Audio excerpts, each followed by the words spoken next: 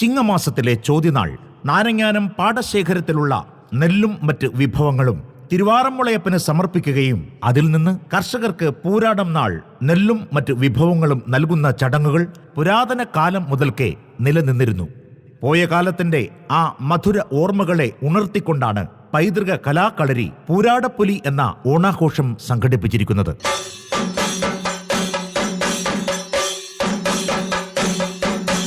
ആയിരക്കണക്കിന് വർഷങ്ങളുടെ ചരിത്രവും കലാസാംസ്കാരിക പൈതൃകവും ഇഴചേരുന്ന ഒരു നാടാണ് നമ്മുടെ നാരങ്ങാനം. അത്തരം പൈതൃകങ്ങളെ കൂട്ടിയിണക്കി തലമുറകളിലേക്ക് കൈമാറുന്ന നാരങ്ങാനത്തിന്റെ മുഖമുദ്രയാണ് പൈതൃക കലാകളരി.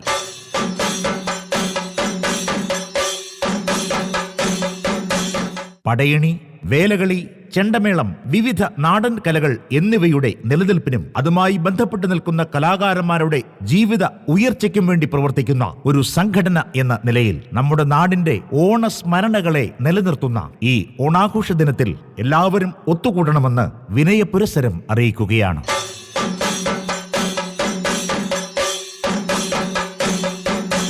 സെപ്റ്റംബർ 3-ാം തീയതി പൂരാട ദിനത്തിൽ രാവിലെ 9 മണിക്ക് പടയണി ആചാര്യൻ ശ്രീ നെടുവേലി രാധാകൃഷ്ണൻ നായർ പതാക ഉയർത്തി ഓണാഘോഷ പരിപാടികൾക്ക് തുടക്കം കുറിക്കുന്നു.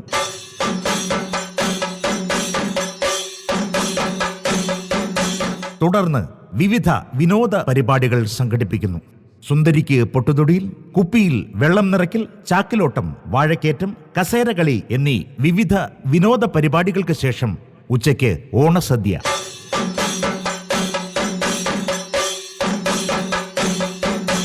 ഉച്ചയ്ക്ക് 2:30 നടക്കുന്ന സാംസ്കാരിക സമ്മേളനം തൃശൂർ പൂരപ്രേമി സംഘത്തിന്റെ കൺവീനർ ആയ ശ്രീ വിനോദ് കണ്ടംകാവിൽ ഉദ്ഘാടനം ചെയ്യുന്നു. തുടർന്ന് നാരങ്ങാനത്തിന്റെ സ്വന്തം കലാകാരൻ ശ്രീ ഗോപു വി നായർ രചിച്ച നാരങ്ങാനത്തിന്റെ കലാസാംസ്കാരിക പൈതൃകവും പാരമ്പര്യവും അടയാളപ്പെടുത്തുന്ന നാരങ്ങായനം കലയും കാലവും എന്ന പുസ്തകത്തിന്റെ മുഖചിത്ര പ്രകാശനം ശ്രീ വിനോദ് കണ്ടംകാവിൽ നിർവഹിക്കുന്നു.